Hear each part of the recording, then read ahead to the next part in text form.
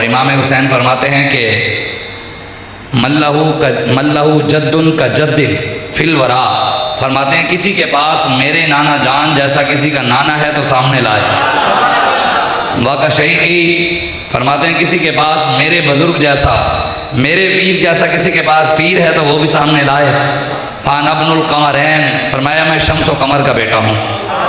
اور فرماتے ہیں فاطمۃ الزہراء امی و ابی قاسم الکفر ببدر و حنین، فرمایا میری والدہ محترمہ سیدہ طیبہ طاہرہ جن کا آنچل نہ دیکھا مہرما نے، جن کے سر کا دوپٹہ بھی چاند سورج نے نہیں دیکھا، وہ میری والدہ ہیں۔ اور میرے والد مولا علی شیر خدا وہ ہیں جنہوں نے بدر و حنین میں کافروں کے کفر کے ظلم اور جبر کی کمر کو توڑ کے رکھ دیا، بدر میں بھی احد میں بھی۔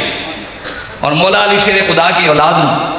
اور حضرت امام شافعی رحمۃ اللہ تعالیٰ علیہ آپ بھی ارشاد فرماتے ہیں یا اہل بیت رسول اللہ حبکم، فرمایا ہمارے لیے آل رسول سے محبت کے لیے اتنی بات کافی ہے کیا فرد من اللہ فی القرآن انزلہ، امام شافعی فرماتے ہیں کہ اللہ تبارک و تعالیٰ نے قرآن میں اہل بیت کی محبت کو فرض قرار دیا کہ اہل بیت سے محبت فرض ہے۔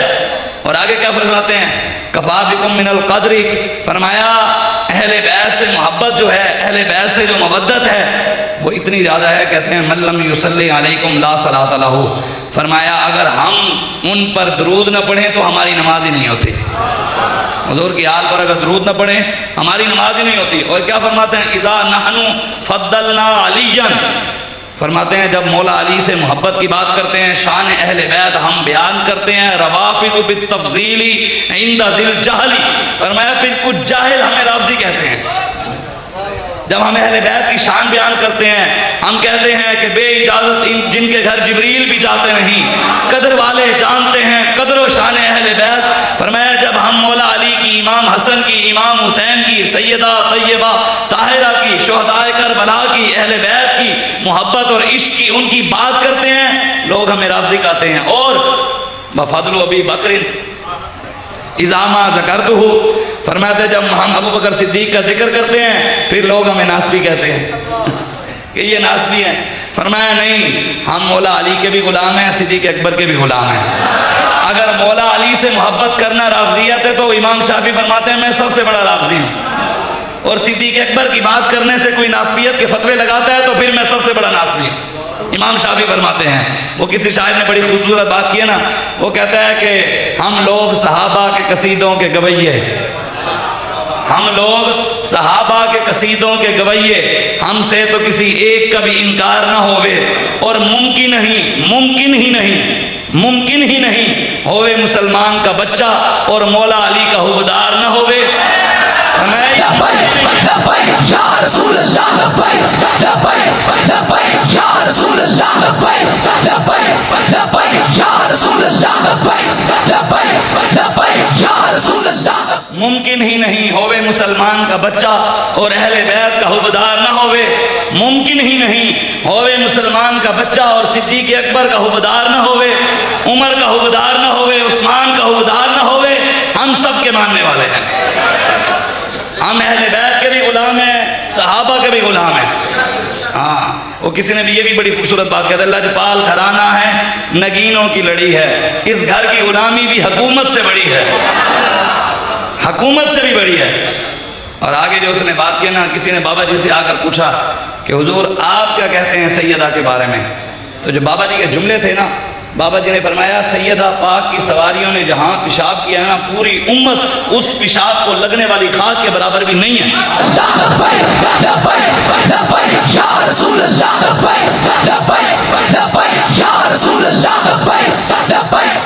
فرمایا جو سیدہ پاک کی سادات اہل بیت کی سواریوں نے جہاں پیشاب کیا، اگر امت پیشاب تک رہتی تو ذات تک جاتی ہی نہ، پھر کوئی حضور کے نور و بشر کی بات ہی نہ کرتا۔ بھی جب ان کی سواریوں کے پیشاب کے برابر کوئی نہیں تو پھر ذات کی کیسے کیا بات ہوگی، پھر ان کی ذاتوں کی کیا بات ہوگی۔ اور تم لوگ ادھر باغ فدق پر ہو پریشان، تم لوگ ادھر باغ فدق پر ہو پریشان، ادھر فردوس زہرا کے قدموں میں پڑی ہے۔ یا رسول اللہ لبیک لبیک لبیک یا رسول اللہ لبیک لبیک لبیک۔ اس لیے اپنے عقیدہ بالکل وہی جو ہمارے بزرگوں نے ہمیں دیا ہے، بابا جی نے دیا ہے. ہم اہل بیت کے بھی غلام، صحابہ کے بھی غلام.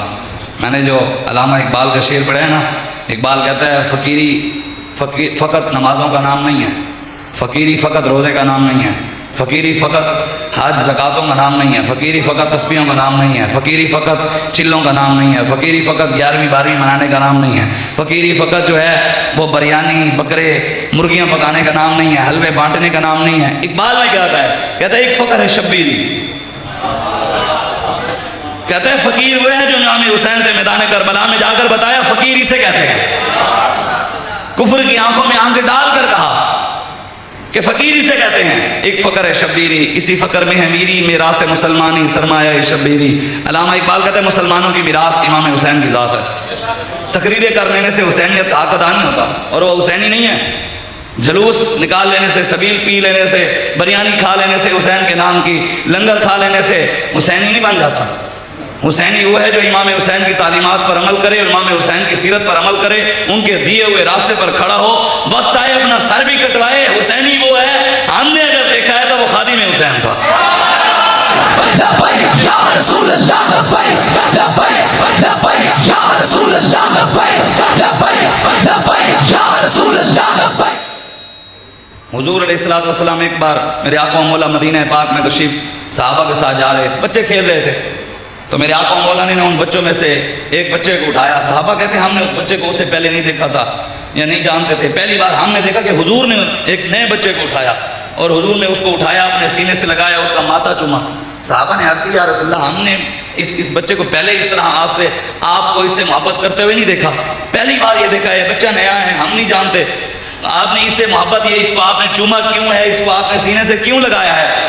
تو میرے آقا و مولا صلی اللہ علیہ وآلہ وسلم حضور نے ارشاد فرمایا صحابہ میں نے اس کو ایک بار دیکھا، حسن و حسین کھیل رہے تھے، یہ ان کے پیچھے پیچھے تھا، جہاں حسن اور حسین کے قدم لگتے تھے یہ وہاں سے مٹی اٹھا کر اپنے منہ پہ مار لیا کرتا تھا. مجھے اس وجہ سے اس سے محبت ہو گئی ہے. تو حضور کی حال سے یہ تو حضور نے خود ارشاد فرمایا ہے اپنی اولاد کو 3 چیزیں سکھاؤ. سب سے پہلے میری محبت. ہم نے سب سے پہلے مولویوں اور پیروں کی محبت بتائی، شخصیت پرستی بتائی، اندھی تقلید بتائی، ان کو شخصیتوں کے پیچھے لگایا. خدا کی قسم اٹھا کر کہہ رہا ہوں قبر کے اندر امام حسین نے نہیں آنا. خدا کی قسم اٹھا کر کہہ رہا ہوں قبر میں امام حسن نے نہیں آنا، مولا علی نے نہیں آنا، صدیق اکبر نے نہیں آنا، فاروق اعظم نے نہیں آنا، عثمان غنی نے نہیں آنا، غوث اعظم نے نہیں آنا، داتا علی حجویری نے نہیں آنا، اتنی بڑی بڑی ہستیوں نے نہیں آنا. تو آج کل کے 2 نمبر مولوی پیر کون ہوتے ہیں؟ قبر میں صرف رسول اللہ نے آنا. لبیک یا رسول اللہ لبیک لبیک لبیک یا رسول اللہ لبیک.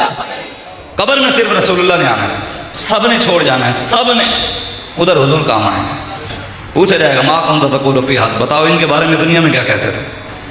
ہم تو دین دشمنوں کے ساتھ کھڑے تھے.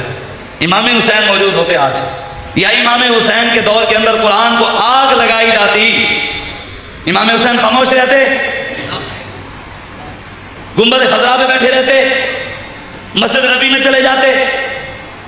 جب وہ خاموش نہ رہتے پھر ہم خاموش کیوں ہیں؟ وہ دربار میں نہ جاتے تو ہم کیوں ہیں؟ وہ مسجد میں نہ جاتے تو ہم کیوں مسجدوں میں کھڑے ہیں؟ قرآن کے لیے آواز کیوں نہیں اٹھاتے؟ امام حسین کے پاس کائنات کی سب سے بڑی دربار تھی گنبد خضرا.